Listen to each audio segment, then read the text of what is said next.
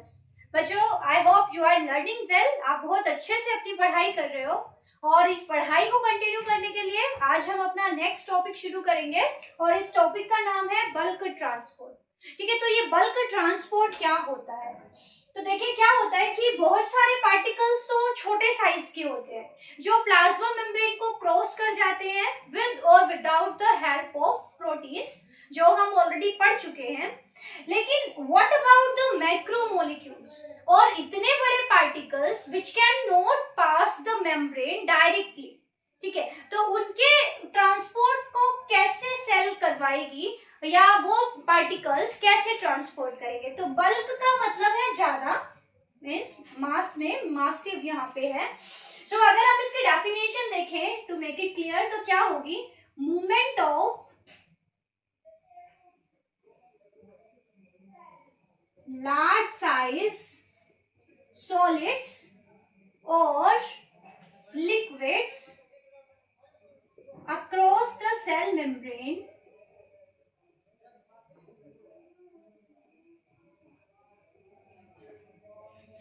with the utilization of energy, or we can say ATP.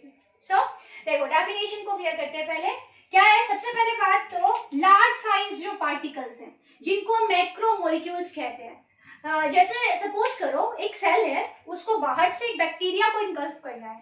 Bacteria is a cell, और एक cell को एक दूसरे सेल को इनगल्फ करना है। इट मीन्स इसमें क्या हुआ? साइज बड़ा होगा बैक्टीरिया का, वो बैक्टीरिया डायरेक्टली सेल की मेम्ब्रेन को क्रॉस नहीं कर पाएगा, उसके लिए मेम्ब्रेन को कुछ एडिशनल एफर्ट्स करने पड़ेंगे। ठीक है, और जैसे हमारे आपने पढ़ा होगा कि WBCs are the soldiers of our body. कुछ WBCs ऐसी होती है जैसे हमारी बॉडी में कोई बैक्टीरिया या कोई दूसरा जर्म एंटर कर गया।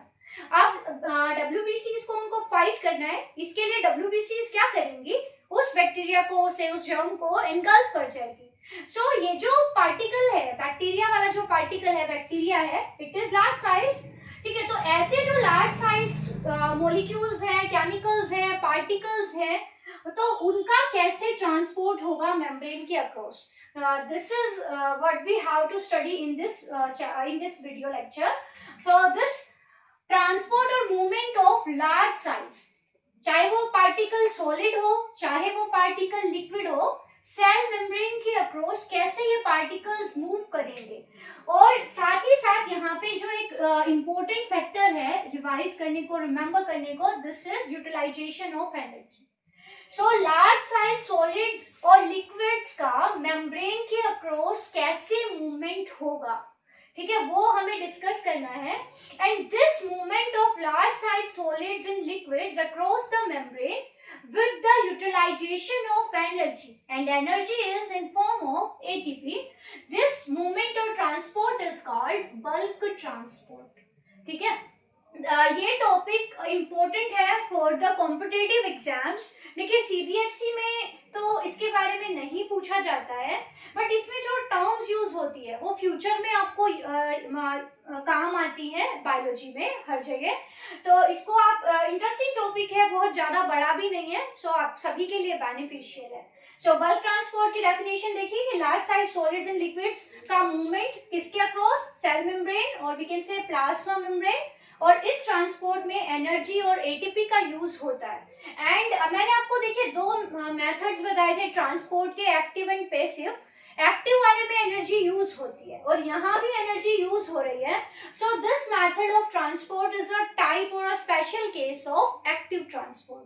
तो यहाँ पे हम इसे एक्टिव ट्रांसपोर्ट कह रहे हैं इन विच सेंस, बिकॉज यहाँ भी एटीपी का यूटिलाइजेशन हो रहा है। क्लियर? अब देखो यहाँ पे मैंने दो फैक्टर्स मेंशन किए, या तो हम मूवमेंट किसका देखेंगे? सॉलिड्स का, या हम मूवमेंट्स देखेंगे किसका? लिक्विड का। ठीक है, अब देखिए दो मूवमेंट है, जैसे ये सेल है, ये कोई आपका बैक्टीरिया है, और ये बीच में आ गई आपकी रेड कलर की बाउंड्री प्लाज्मा मेम्ब्रेन। अब इस बैक्टीरिया का साइज बड़ा है तो सेल इसको कैसे इनगल्फ करेगी? यहाँ पे एक चीज जो मेंशन करने वाली है कि अभी ये पार्टिकल देखो, ये जो आपका बैक्टीरिया है, it is in solid form, और साथ ही साथ ये सेल के अंदर जाना है। तो इसका जो मूवमेंट है वो सेल के अंदर होगा। या फिर आप केस ले सकते हो कि आपकी ये सेल है और इस टाइम जो ट्रांसपोर्ट होना है वो किसी लिक्विड का होना है लार्ज क्वांटिटी में, तो ये लिक्विड कैसे सेल के अंदर जाएगा, ठीक है। तो यहाँ भी जो मूवमेंट किसका है, यहाँ पे लिक्विड का, और ये भी मूवमेंट सेल के अंदर है, ठीक है। तो अगर सेल इनटेक कर रही है मींस जो लार्ज साइज मॉलिक्यूल्स है ये सेल के अंदर जा रहे हैं, तो यहाँ पे इस केस को हम कहेंगे एंडोसाइटोसिस। एंडो मींस अंदर। सो यहाँ पे दो चीज मेंशन करने की है कि मूवमेंट सेल के अंदर हो रहा है पार्टिकल्स का या सेल के बाहर हो रहा है। इन दोनों ही केस में डिफरेंस है कि यहाँ पे सॉलिड का इंटेक कर रही है सेल और यहाँ पे लिक्विड का इंटेक कर रही है। सो यहाँ दोनों ही केसेस को हम पढ़ेंगे under the category of endocytosis. So if you are asked what is endocytosis, so you have to answer intake of large size solids or liquids across the membrane with the utilization of energy. Intake होगा।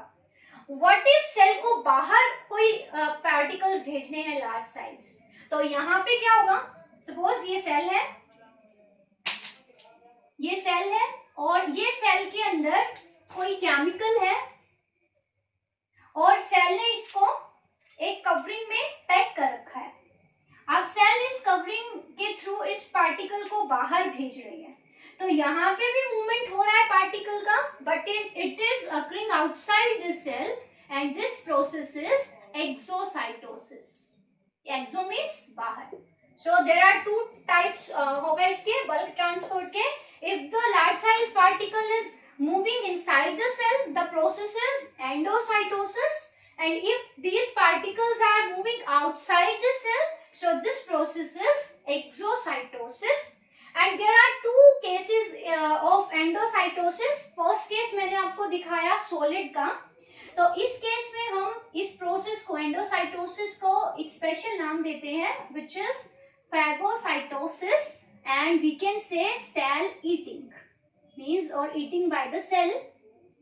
Cell eat कर रही है, कोई solid particle है उसको intake कर रही है। So this process of engulfing of solids is called phagocytosis. जो फर्स्ट केस मैंने आपको दिखाया है, this is the case of phagocytosis.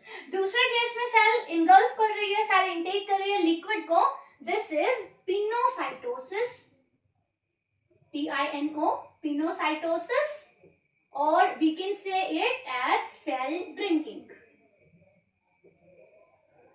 ठीक है। तो there are two cases of endocytosis. If the cell is engulfing a solid from outside, it is phagocytosis, and if a cell is drinking or intaking the liquid from the outside, so it is pinocytosis. Plus जो exocytosis है, exocytosis में cell बाहर कोई waste chemical या कोई useful chemical अपने बाहर भेज रही है, this is called cell vomiting. Cell vomit कर रही है, ठीक है। अब हम इन तीनों प्रोसेसेस को डिटेल में पढ़ते हैं डायग्राम से, phagocytosis, pinocytosis and then exocytosis. So let's start with phagocytosis. Phagocytosis we can say it's cell eating, और हम इसे डिफाइन कर सकते हैं एनगल्फिंग और of solids by a cell, ठीक है। सेल के थ्रू कोई भी सॉलिड को बाहर से इनगल्फ करना, निगलना एज अ होल, तो this is phagocytosis. Phagocytosis can be seen in various cells, जैसे जो प्रोटोजोन्स हैं, प्रोटोजोन्स में जैसे आप अमीबा ले लीजिए, पैरामीशियम्स ले लीजिए, यूग्लिना ले लीजिए, तो उनके केस में क्या होता है, प्रोटोजोन में जो वो खाने को इनटेक करते हैं वो इसी प्रोसेस से करते हैं। So this process is significant in protozoans, क्योंकि प्रोटोजोन्स में इसी प्रोसेस के थ्रू इनटेक होता है फूड का। So intake of food in protozoans is occurs through phagocytosis। दूसरा आप देखते हो कि जो हमारी WBCs हैं, लाइक हमारी जो WBCs भी बहुत सारे टाइप की होती है, जैसे न्यूट्रोफिल्स हो गई and or monocytes and macrophages, ये बाहर से जो पैथोजेंस हमारी बॉडी में जाते हैं, डिजीज कॉजिंग एजेंट्स जब हमारी बॉडी में जाते हैं, तो ये सेल्स क्या करती है, उन जर्म्स को, उन डिजीज कॉजिंग पैथोजेंस को एनगल्फ कर देती है और उनको किल कर देती है, सो दैट हमारी बॉडी को प्रोटेक्शन मिल सके इन जर्म्स से। सो वहां भी फेगोसाइटोसिस का यूज होता है। यहाँ और साथ में कुछ लिवर्स, देखो लीवर, हमारे लीवर के अंदर भी कुछ फेगोसाइटोटिक सेल्स होती हैं, जैसे कप्फर सेल्स। कई जगह यहाँ पे एफ लिखा होता है, पी भी लिखा होता है, कप्फर सेल्स है यहाँ पे, आप ये देख लीजिए। तो लीवर के अंदर भी कुछ फेगोसाइटोटिक सेल्स हैं लाइक कप्फर सेल्स, जो कि फेगोसाइटोसिस के थ्रू पैथोजेंस को एनगल्फ करती है। तो कैसे होती है ये प्रोसेस, सो लेट्स सी। देखो अब फेगोसाइटोसिस को अगर हम डायग्रामेटिकली समझे तो देखो ये जैसे एक सेल है, say it is amoeba. Amoeba is a unicellular organism, it lives in water. यहाँ ये सेल का न्यूक्लियस है और ये बाहर सेल की आपकी क्या है, प्लाज्मा मेम्ब्रेन। और ये यहाँ पे फूड पार्टिकल है। अब अमीबा को ये फूड पार्टिकल एनगल्फ करना है, say it is micro organism, कोई भी दूसरा माइक्रो ऑर्गेनिज्म है और कोई दूसरा बैक्टीरिया है। सो अमीबा को इस फूड को इनटेक करना है।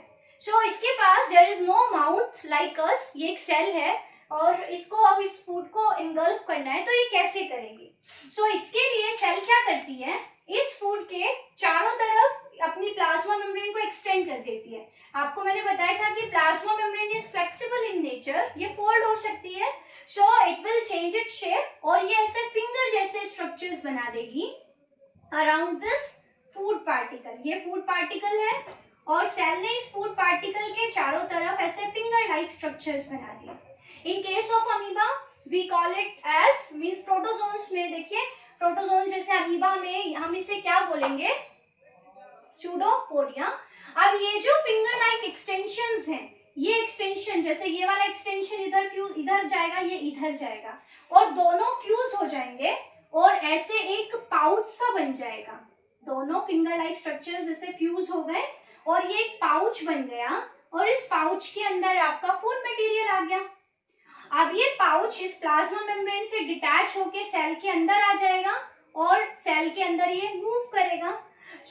यहाँ पे हम क्या देख रहे हैं, जो ये पाउच बना, this pouch is called phagosome. ठीक है, ये जो फेगोसाइटोसिस के दौरान this pouch is form, this pouch is called phagosome. तो इस तरह से सेल ने ये पूरे का पूरा सॉलिड पार्टिकल इनगल्फ कर लिया। ये हमने अमीबा का केस लिया था, this is how amoeba intakes its food. अब ये एक हमारी डब्ल्यूबीसी का केस भी हो सकता है, लाइक इट इज न्यूट्रोफिल। ये कोई बैक्टीरिया है, सेल को इस बैक्टीरिया को एनगल्फ करना है, इसको मारना है और हमारी बॉडी को प्रोटेक्ट करना है। तो WBC is be like this way, कैसे फिंगर लाइक प्रोजेक्शंस बनाएगी, then this projections fuse to form a pouch which is called phagosome. अब सेल के अंदर ये बैक्टीरिया आ गया, अब सेल के अंदर एंजाइम्स होते हैं, वो क्या करेंगे, इस बैक्टीरिया को ब्रेक कर देंगे, किल कर देंगे एंड हम डिजीज से प्रोटेक्शन मिल जाएगा हमें। So this process is engulf of solid particle by the cell with the utilization of energy is called phagocytosis. Now moving to the next process which is pinocytosis. Second, ये endocytosis का ही part है और इसको क्या बोलेंगे हम, pinocytosis. और cell drinking, इसमें इनटेक होगा लिक्विड का और थोड़ा सा अलग है, वहां पे सेल ने फिंगर लाइक प्रोजेक्शंस बनाए थे। यहाँ पे थोड़ा सा डिफरेंस क्या है, जैसे ये आपके सेल की प्लाज्मा मेम्ब्रेन है, ये प्लाज्मा मेम्ब्रेन है, यहाँ बाहर कोई लिक्विड है। ठीक है, अब ये सेल का अंदर का पार्ट है, से दिस इज साइटोप्लाज्म। सेल को अब इस लिक्विड को इनटेक करना है। यहाँ पे क्या होगा, प्लाज्मा मेम्ब्रेन ऐसे अंदर की तरफ फ्यूज हो जाएगी, डीप हो जाएगी, इनफोल्ड हो जाएगी।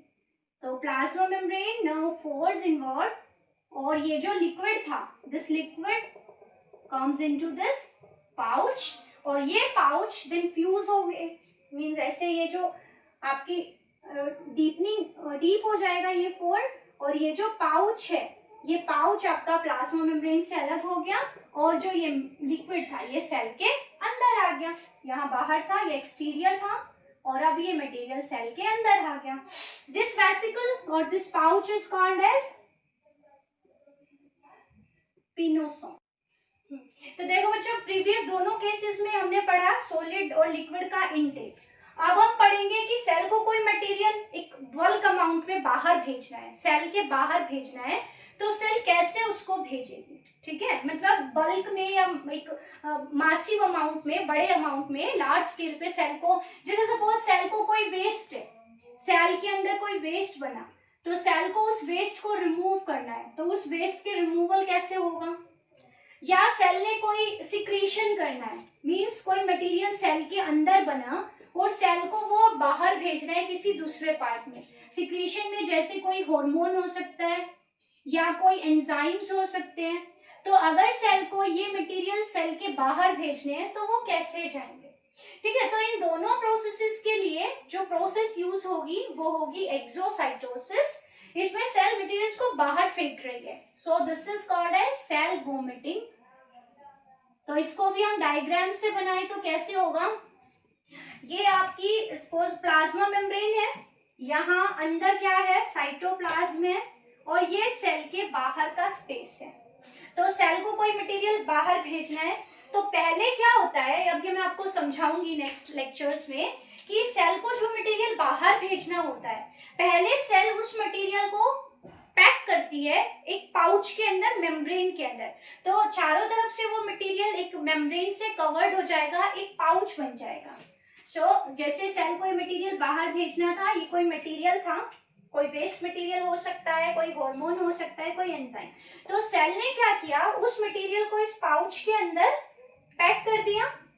अब ये जो पाउच है, ये पाउच मूव करेगा सेल स्ट्रीमिंग के थ्रू यहाँ पे प्लाज्मा मेम्ब्रेन की तरफ।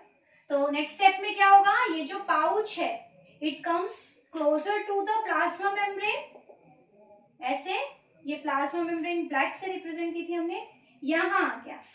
अब ये जो पाउच है ये प्लाज्मा मेम्ब्रेन के साथ फ्यूज हो जाएगा और कुछ मटेरियल्स का, ये देखो ये वाली जो मेम्ब्रेन है जो इस पाउच की और अपनी जो प्लाज्मा मेम्ब्रेन है, उनमें कुछ मटेरियल्स का रीअरेंजमेंट होगा और ये दोनों जो मेम्ब्रेन्स हैं ये दोनों फ्यूज हो जाएंगे, जैसे अभी ऐसे है, ये फ्यूज हो जाएंगी और जो ये मटेरियल है ये मटेरियल सेल के बाहर चला जाएगा। सो ये जो प्रोसेस है इसमें क्या होना है कि ये जो वेसिकल है जिसके अंदर मटेरियल टू बी एक्सक्रीटेड और to be send outside the cell, ये पैक होगा inside this pouches. This pouch then fuse with the plasma membrane और साथ में दोनों मेम्ब्रेन्स फ्यूज हो जाएंगी, एक ही बन जाएंगी, and this material is send outside the cell. So this process जिसमें cell is removing waste from it or cell is sending some secretions like hormones and enzymes outside it. So this process is transport of bulk amount of the materials outside the cell is called exocytosis. So this is what we have to study about. We had to study about the bulk transport. I hope it is clear to you all. और next video lecture में अब हम cell के king के बारे में पढ़ेंगे। Means हमने प्लाज्मा मेम्ब्रेन पढ़ ली, सेल वॉल पढ़ ली। सो नेक्स्ट स्ट्रक्चर जो हमें स्टडी करना है वो है nucleus. So we will discuss that in our next video lecture. Till then have a nice day, thank you so much.